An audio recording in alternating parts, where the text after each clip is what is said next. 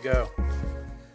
Good evening, everybody. It is Monday, March Recording in 31st, progress. and I will call this meeting to order. This is the final meeting of the City of Evanston's Administration and Public Works Committee to be held in this building. So look around and take it all in, and we'll see you next time down on Davis Street. Can I ask for a roll call, please? Councilmember Nieuwsma, Here. Councilmember Burns, Here. Councilmember Reed, Councilmember Kelly, Councilmember Harris. Present. You do have a quorum. Quorum being present, we will continue with our agenda. There's nobody wishing to participate remotely. So the next item on the agenda is approval of the minutes from February 24th. I move for the approval of the minutes, past minutes. Second. It's been moved by Councilmember Harris, seconded by Councilmember Burns, that we approve the minutes of our meeting from February 24th of this year. All in favor? Aye. Aye. Any opposed? Minutes are approved, which brings us to public comment. We have nobody signed up online and 4 people signed up in the room. So we will go through these in order, 2 minutes each. I will get the timer set up if it hasn't been unplugged already. It appears to have been unplugged already, so I'll just keep track of my watch. So let's go with Chelsea Edward, then Beth Cerny, then Tom Doyle, and then, I can't read the handwriting, Diane Doyle. Go ahead. Hi, I'm Chelsea Elward. I have been a resident for a long time. I'm almost 40 and I've been here for 35 years. I live at 1215 Washington Street across from 1222 Washington. I brought to Juan Harry Carey 2 years ago. The magical, okay, let me just read what I wrote.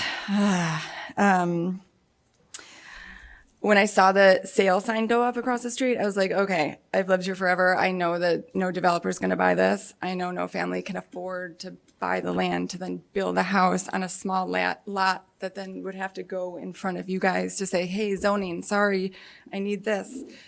So 2 years later, we're here, right? I asked for this beautiful garden that I would create with my neighbors for the Rice Center kids who are in an institution.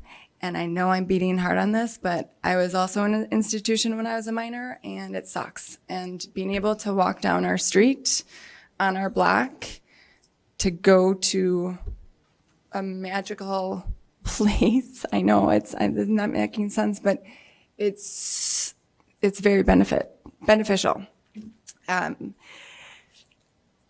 I don't half-ass anything. I booked the bookstore, the children's bookstore. I get creative with things. I'm an artist now, and I can make this garden amazing. Like, it will be legit. Everyone in our community will love it, not just Lydia kids, but people will walk over.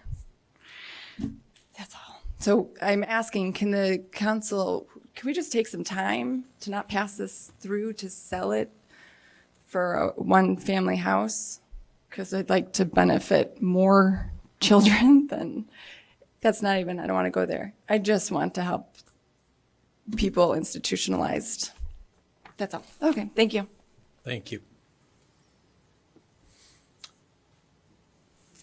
All right, Beth Cerny, then Tom Doyle, and then Diane Doyle. And I managed to get So the I'm gonna- timer. I managed to get the sorry. timer working, so. Okay. Is it possible to get 3 minutes, as there's only a few of us today? Committee rules limit public comment to 2 minutes, and then because we do have an agenda for Okay. So D and council. I'm going to so- read a letter from Elisa Garcia. First of all, thank you, everyone. I'm just a little, now I got to hurry up really fast. So Elisa Garcia, Director of Residential Services, is not here tonight, but wrote this lovely letter that I'll share. This building of Lydia Center houses a residential trauma treatment program for up to 39 youth in foster care between the ages of 6 and 17. The youth who reside here have experienced complex trauma, and they are referred for residential treatment by DCFS because their needs cannot currently be met in the home environments available to them. The building also houses a K-8 therapeutic day school, the Rice Center Education, which is operated by District 65. A community garden on the block could be a powerful way to support the programs housed at 1101 Washington, the Lydia Center, and the District 65, and to connect the young people served there with the neighbors, with the children and the adults who attend St. Nicholas Church, and the daycare program and the school run by the parish. So this is something that the Lydia Center also thinks is a great idea. We ask you that the newly formed Urban Design Committee review the city-owned property and determine what would be most beneficial to the block's residents. There are around 15 mature trees on the city-owned property. The residents think the community should keep the trees and turn it into an educational urban pollinating park for use by the 39 kids that live at the Lydia Center, as well as 150 kids on our block that attend Pope John and St. Nicholas. This would be a win-win for everyone. We've also contacted Ingrid Eckersberg office to have stormwater management review. We ask that you respect and consider us to ensure another home doesn't add to our standing water issue on the block. Lastly, we have been asking Alderman Harry Carey and Sarah Flax to meet with us since February. Alderman Harry Carey and Sarah finally accepted our invitation, and they're meeting with us on Wednesday, April 2nd at 1 p.m. Please wait to make this decision until after we have a chance to meet with them. Thank you. Mr. Doyle? To make it easier for you guys to understand, let me give you some handouts.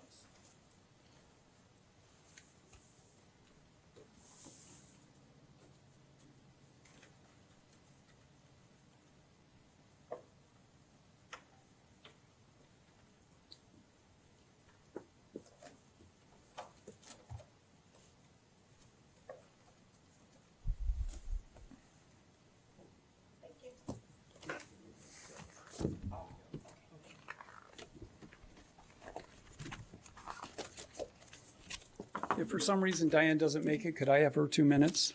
I'm sorry, we're not allowed to do that according to our rules. Okay, then I would just request that you give me your full attention, okay? Everyone, like, rather than, look at the pictures. Please look before you leap, okay? The item you are being asked to vote on today is important. It's important because it provides choices between two very different opportunities, which each provide some benefit to the community. On one hand, there is an opportunity to convert this small lot into another residential property. On the other hand, there is an opportunity to preserve this small lot as an urban green space. Almost every single homeowner on the longtime resident on our block has asked Chelsea, Beth, and me to petition for the latter opportunity. Chelsea petitioned our alderman 2 years ago to provide a community garden space for the residents on the block. The most frustrating thing for the residents is that this project was conceived and planned for our community without seeking community input. Why is this single project for one lot being handled any differently than any other affordable housing project in the city? For instance, I refer to request for proposal number 2467, the Community Engagement and Visioning for City-Owned Property dated January 6, 2024. Here it is. If you're not familiar with this, it relates to 1 acre site located at the corner of Jackson and Emerson Street. It happens to be located about 8 blocks from the high school. This says, the City of Evanston City Manager Office is seeking proposals from experienced firms to assist the City of Evanston to engage the community in a meaningful process to understand key concepts related to affordable housing, develop a shared vision for city-owned vacant lot, and create a housing proposal that will guide a future developer selection process. This project incorporates adding affordable housing to 7 residential sites. Why is our lot any different than this one? In closing, you can always turn a garden, let me close. You can always turn a garden into another house, but you will rarely turn a house into a garden. Time is on our side. Let's make the smart choice today. Let's look before we leap and measure twice before we cut. Sincerely, the residents on the block. Thank you. So I take it that Diane is not present. She wasn't able to make it. Okay. You'll have another opportunity to give public comment at the city council meeting. I hope we won't have to. All right. Is there anybody else who wishes to make public comment that hasn't signed up? Going once, going, Out back there, there was another sheet when I came in. is it? I signed up for the council and I signed up for the P&D. Okay, this is administration and public works. So, okay. So public comment is now closed, which brings us to the rest of the agenda, beginning with item D1. This is an item for discussion. This has been added to the agenda at the request of Councilmember Burns. Discussion regarding the 2025 CIP plan for park improvement and modernization. I understand that staff has a presentation, and then we'll have a discussion. Thank you, Councilmember. My name is Laura Biggs. I'm the city engineer. This is a very fast presentation just to set up a discussion. We have 3 challenges or categories of projects in our park CIP. First, we are trying to address legacy parks that are parks that haven't had any substantial investment since 1998 and thus really need a complete renovation, which can be quite expensive. Second, we are, per our conversation with council during the budget process, we are also trying to invest in fixing the amenities in non-legacy parks. These are, the purpose of this is to try to make sure that we don't have this next group of parks move into a situation where it's total failure and requires an expensive renovation, but to keep them in a good condition as we go. And then the third thing that we generally do in our park CIP is we look at updating amenities that we offer to match new needs. Example of this might be pickleball or a skate park where we don't currently have one, but there's a community need for something that doesn't currently exist as an offering. Sorry for the weirdness with the title, but basically, to go into more detail on legacy parks, we had, as staff, identified 11 parks that had not had significant investments since 1998, a couple of years ago. Since then, we have completed Larimer and Independence Park. We're just in punch list items for those. This year, we are starting work on 4 of our legacy parks: Cartwright, Chandler, Philbrick, and Fitzsimmons. And then we are trying to work to get all of these in over the next 5 years so that we can get through this set of parks that are in poor condition. But simultaneously, to avoid additional parks from becoming such disrepair, we've set aside pools of money that we just want to budget sort of similar levels of money every year to address needs that are identified in the other parks. So those needs are listed here.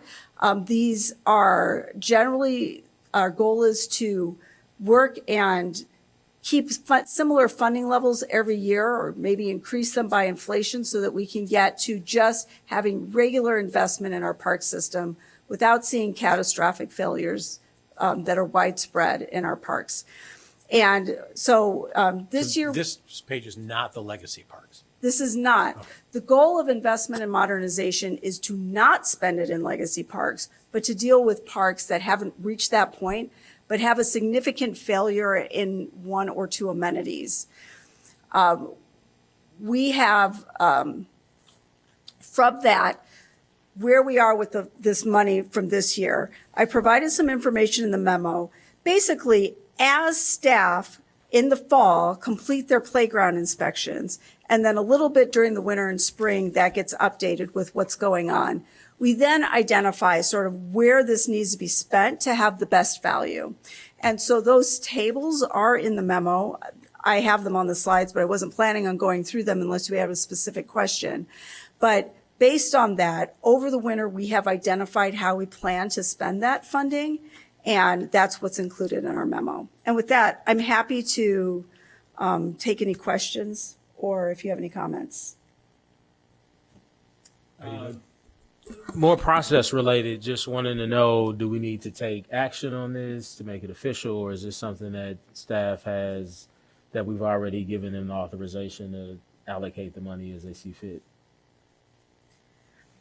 We described this and how, not in such detail, but that we would set aside this money. It's not different from some of our other things like facilities contingency to deal with facilities emergency or neighborhood traffic calming, which we spend a variety of ways to improve pedestrian and bicycle safety throughout the city by installing speed humps, crosswalks, stop signs as needed. So it's definitely, there are times that we have been doing this in other areas of the CIP. In general, we will not be able to tell you how we want to spend this money until early in the year of the budget. But it is. So when council approved the budget, we knew how much money was being allocated for each legacy park. Yes. And we knew what the bucket was, if you could go back to that slide. We knew what the bucket was for the investment in modernization. Yes. But we didn't know exactly how that money was going to be spent park by park. Yes. And so Councilmember Burns, your question is, do we need an act of council to confirm staff's conclusion and recommendation? Correct. It's my understanding that has never happened in the past. That has not been past practice. It has not.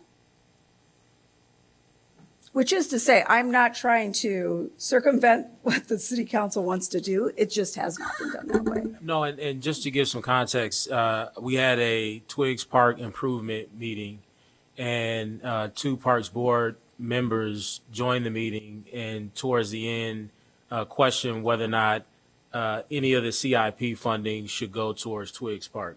And so when I supported and voted on the CIP funding for park improvement and lighting, modernization, et cetera, I did so with the belief that that funding would help us complete the Twigs improvement projects, that we get new play equipment for the Tot play equipment as well as the other one, the larger one. And that, I think that's is staff's understanding as well. That's their intention, is to use the money in that way. As long as that's clear and it's irrefutable and will not be denied, then I'm okay. I just wanted to bring it here because there was some, because the line item doesn't explicitly say Twigs Park or any other park, there was some clarity that was being sought at the meeting. And, if we need to take action, we can do that. If not, I'm fine with moving forward how we've been doing it. And Twigs Park is a really good example. We did receive some CDBG funds. They were not adequate for the replacement of the playground equipment, so we supplemented with some non-CDBG funding. But in addition, when we were there looking around, we noticed that there were significant issues with the pathways, and we're there. And it's a great time to make one single contract to deal, it's like an efficiency with our staffing so that we're not managing multiple contracts when one contract will do the trick. So we put in money from our pathway improvement just to address Twigs Park pathways, but not just by the playground equipment. Actually, the whole sort of center of the park has not had significant improvement in a while, so we're addressing some other pathway work too. And that gives us the opportunity to sort of deal with a lot of issues. But Twigs Park does not need an entire renovation. And if we were to do that, it would be substantially more expensive than just dealing with playground equipment and pathways. And what's the total cost now of what we're projecting for Twigs? It is around, it's 900 to $1 million. I apologize. We can add it up. No, it's okay. And the only other thing, that was brought up at the meeting was the cost, and there was a suggestion that trying to see if we could do this with only the CDBG and CDBG CV funding. And so I'd asked staff to provide me information about construction costs for some of the most recent park improvements we've done, so we had a comparison. And what I have here is a message from from Stephanie Levine, the senior project manager. She said that the project construction cost for Harbord Park, which I think is that second? $858,000 roughly in 2020. However, pricing since the pandemic has risen sharply, as I'm sure you are aware. The almost completed work at Independence and Larimer Parks, which were bid together, have a current construction contract of basically $3.4 million. The work at Larimer Park represents approximately $1.46 million, and the work at Independence Park, is that the one on Central? Is that Yes. Independence? Our family and I just played there. Nice park, did a good job, but represents 2.02 million. And so I just wanted to get that on the record that this is coming in on the lower end of what we have spent on parks, and certainly don't want us to be shortchanged in the Fifth Ward, and would love to move forward as I think we plan to do. And if we need to take official action to do that, sure. If not, happy to move forward. So just to make it official, if I could ask Ms. Ruggie to weigh in, do we need as council to take any action to confirm staff's plan and recommendation? And not at this time. Okay, so I'm good if you're good. Now, last thing, do we want to move this discussion item on to council, or are we good leaving it here? What do you think? I think we're good leaving it here. If there's nothing for council to vote on, there's no need to bring it to council. Yes, sir. So if we're good, we're not even voting on anything. So let's move on to the consent agenda. Does anybody want to remove any items from the consent agenda?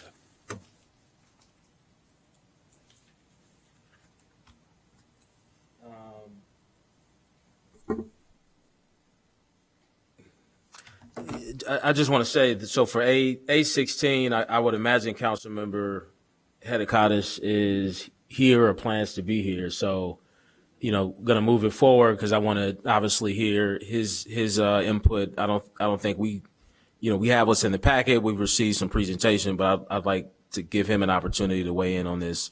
So I just wanted to put that out there because I plan to vote for it, but simply so he can weigh in on this matter.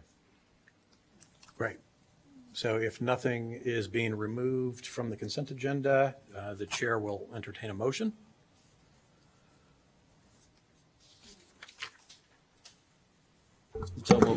I'm sorry, I'm on a slow bus. So I do